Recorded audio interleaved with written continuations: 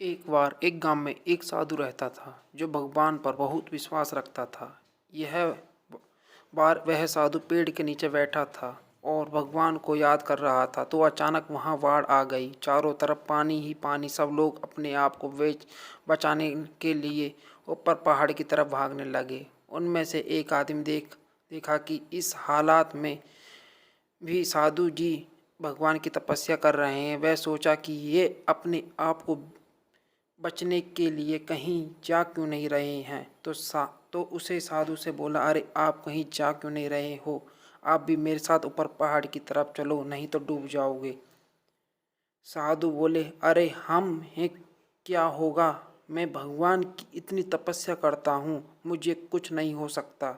मुझे भगवान अपने आप बचाएगा। धीरे धीरे पानी साधु की कमर तक आ गया। अब लोग वहाँ से नाव लेकर निकलने लगे तो उनमें से एक ने साधु से कहा, अरे पानी आपकी कमर तक आ गया है, आप हमारे साथ चलो। तो साधु ने कहा कि नहीं नहीं, भगवान मुझे अपने आप बचाएगा। और वह नाव वाला भी वहां से निकल गया। कुछ देर बाद पानी इतना बढ़ गया कि साधु के सर तक पहुंच गया और अब लोगों को बचने के लिए हेलीकॉप्टर निकलने लगे।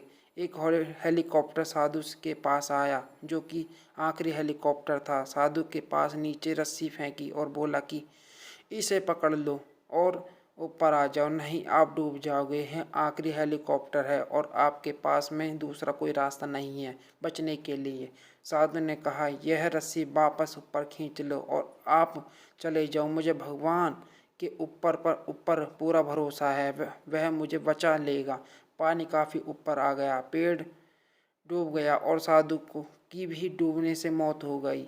मरने के बाद साधु भगवान के पास गया और बोला, हे भगवान, मैंने पूरी जिंदगी आपकी तपस्या की, मेरा सारा जीवन आपकी आराधना करने में लगा दिया, फिर भी इतने भरोसे के साथ इंतजार किया कि तुम मुझे बचाने आओगे, लेकिन वहाँ मेरी डूबकर मौत हो गई और तुम नहीं आए, ऐसा क्यों? भगवान बोले, मूर्ख इंसान, एक नहीं 3 बार आया था, वो तीनों बार मैं ही था।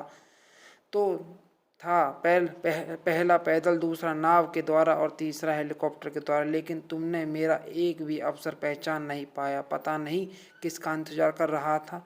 इस तरह से जिंदगी में हमें ऊपर वाला बहुत से मौके देता रहता है, लेकिन हम सब उस मौके को ठुकरा कर पता नहीं किस चीज़ का इंतजार कर रहे होते हैं कि वो हम होगा तभी हम करूँगा।